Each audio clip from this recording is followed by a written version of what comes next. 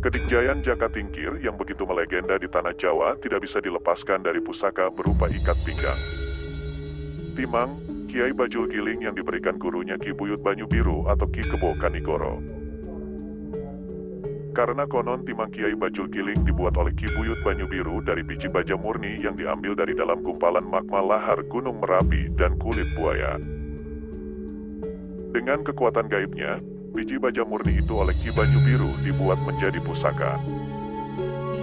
Berdasarkan babat Jawi dan babat Pengging, kekuatan gaib yang dimiliki timang Kiai Bajul Giling ialah barang siapa yang memakai ikat pinggang Kiai Bajul Giling ini, maka dia akan kebal dari segala macam senjata tajam dan ditakuti semua binatang buas. Hal ini selain kekuatan alami yang dimiliki oleh inti biji baja murni itu sendiri, juga karena adanya kekuatan raja berkekuatan gaib yang digunakan Ki Banyu Biru di seputar timang berkulit buaya tersebut. Kekuatan dan keampuhan ikat pinggang Kiai Bajul Giling beberapa kali dialami dan dibuktikan sendiri oleh Jaka Tingkir. Sebelum berguru ke Ki Banyu Biru, Jaka Tingkir atau Mas Karebet ini pernah juga berguru ke Sunan Gad dan Ki Ageng Sela. Setelah berguru kepada Ageng Sela dan Sunan Kalijaga, Jaka Tingkir lalu disuruh untuk mengabdi ke Keraton Demak Bintoro. Di Kesultanan Demak ini, Jaka Tingkir melamar sebagai pengawal pribadi. Keberhasilannya meloncati kolam masjid dengan lompatan ke belakang tanpa sengaja. Karena sekonyong-konyong Jaka Tingkir harus menghindari Sultan dan para pengiringnya memperlihatkan bahwa dialah orang yang tepat sebagai pengawal. Jaka Tingkir pun pandai menarik simpati Raja Demak Trenggono sehingga dia diangkat menjadi kepala prajurit Demak berpangkat Lurah Wiratamtama.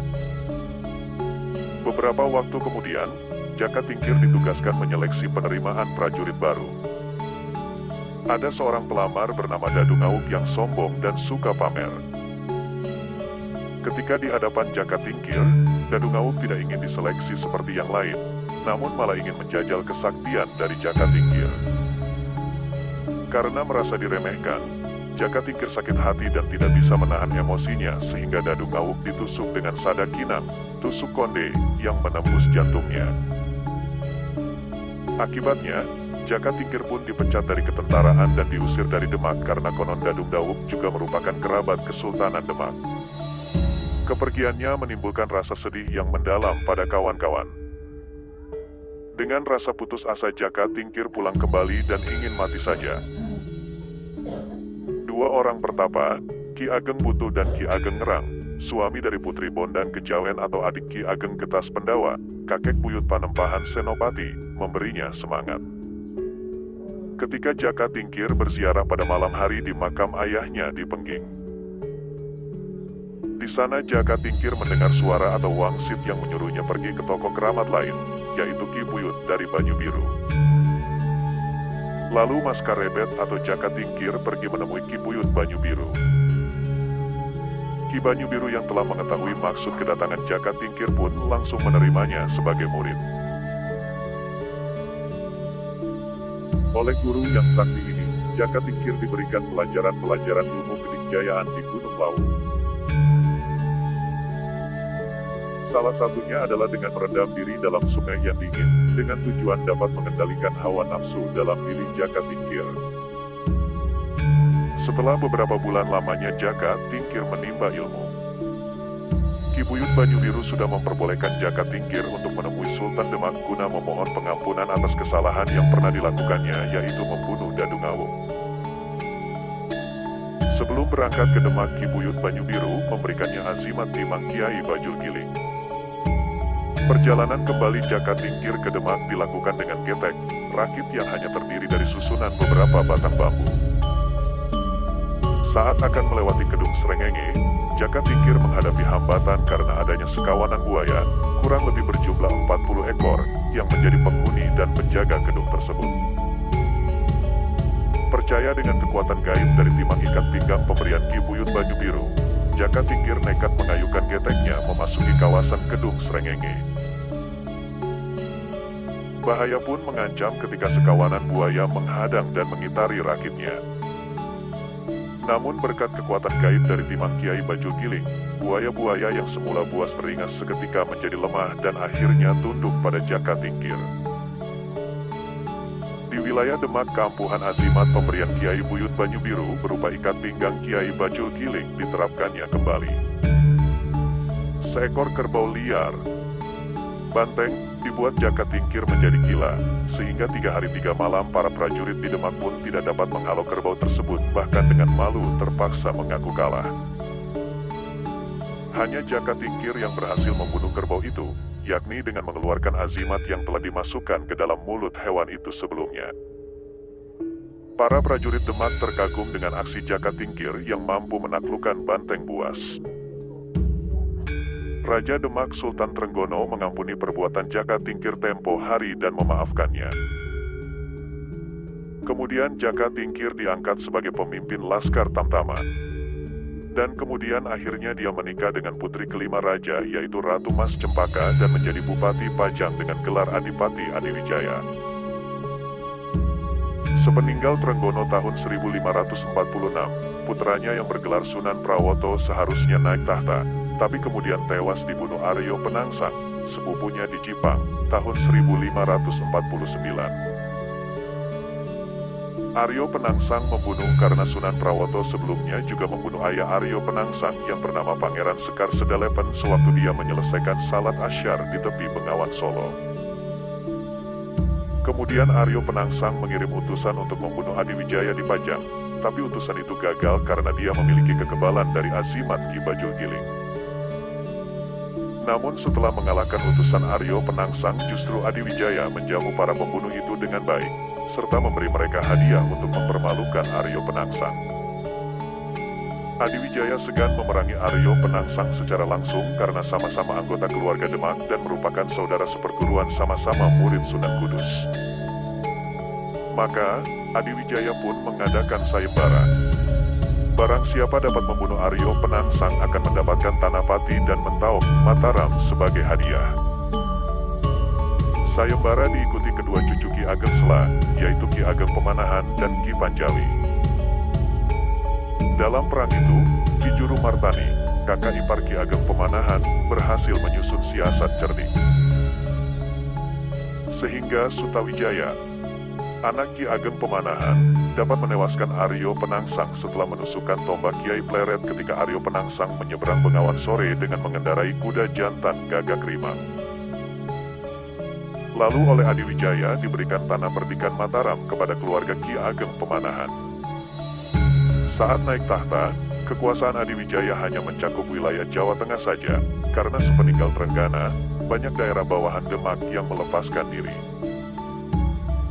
Negeri-negeri di Jawa Timur yang tergabung dalam persekutuan Adipati Bangwetan saat itu dipimpin oleh Panji Wiryakrama, Bupati Surabaya.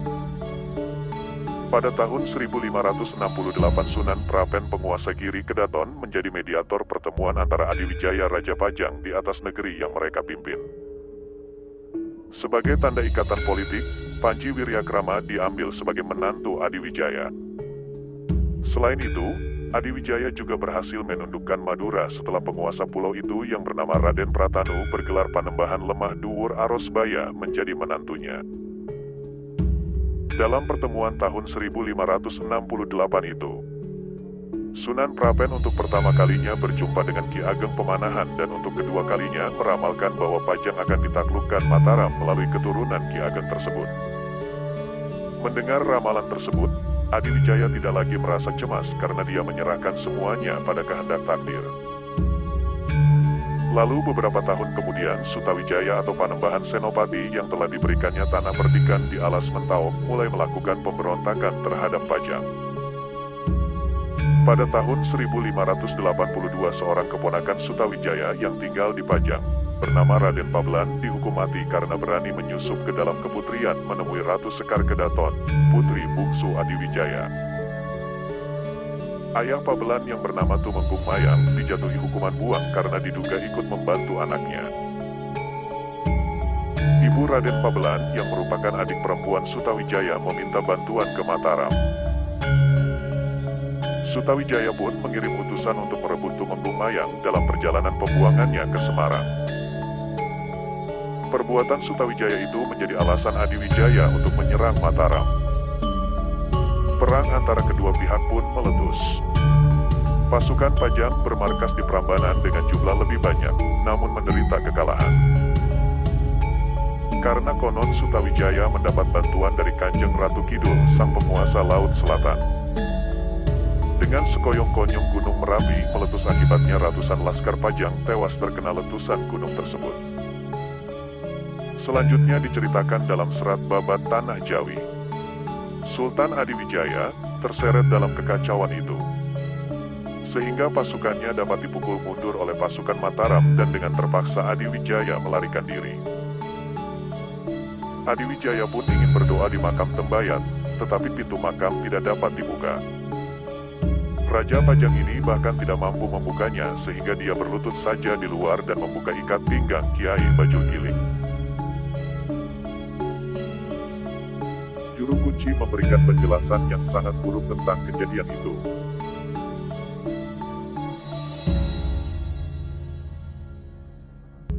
Rupanya Allah tidak lagi memberinya izin menjadi raja. Hal ini amat mengguncangkan jiwa Adiwijaya. Pada malam hari, dia tertidur dalam balai kencur yang dikelilingi air, yang sangat menyegarkan.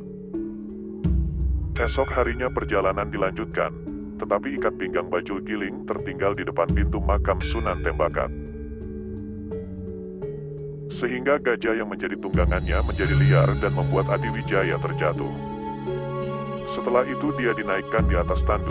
Begitulah perjalanan pulang ke Pajang amat lambat dan raja duduk terguncang-guncang di atas tandu.